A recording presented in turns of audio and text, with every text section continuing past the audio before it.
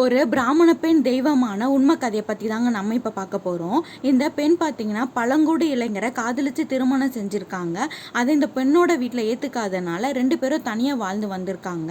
நிறை மாத கர்ப்பிணியாக இருந்த இந்த பெண் பார்த்தீங்கன்னா தனியாக அவங்க அம்மாவை பார்க்க வந்திருக்காங்க. அப்போ அவங்களுக்கு பிரசவ வலி ஏற்பட்டிருக்கு. அப்போ அங்கே யாருமே வரலையாம். அதனால அவங்களுக்கு ஒரு பெண் குழந்தையும் பிறந்திருக்கு. அவங்களோட பனிக்கோட நீரை இங்கே தீர்த்த குளமாக ஆனதையும் அவங்களோட தொப்புள் கொடியை இந்த கோயிலோட கிளைகளாக மாறி கோபுரமாக இருக்குது அப்படின்றதையும் தாங்க இந்த கோயிலோட மர்மம் நிறைந்த அதிசயமே. இந்த கோவிலில் பார்த்தீங்கன்னா இருக்க தீர்த்த குளத்தில் ஒரு வாழைப்பழத்தை 3ஆ பிச்சு நம்ம அதில் போட்டோம் அப்படின்னா உடனே அந்த வாழைப்பழத்துண்டு மேலே வந்துச்சு அப்படின்னா நம்ம நினச்சது உடனே நடக்கும் அப்படின்னும், கொஞ்சம் தாமதமாக வந்துச்சு அப்படின்னா நம்ம நினச்சது கொஞ்சம் தாமதமாக நடக்கும் அப்படின்னு இந்த ஊர் மக்கள் நம்புகிறாங்க.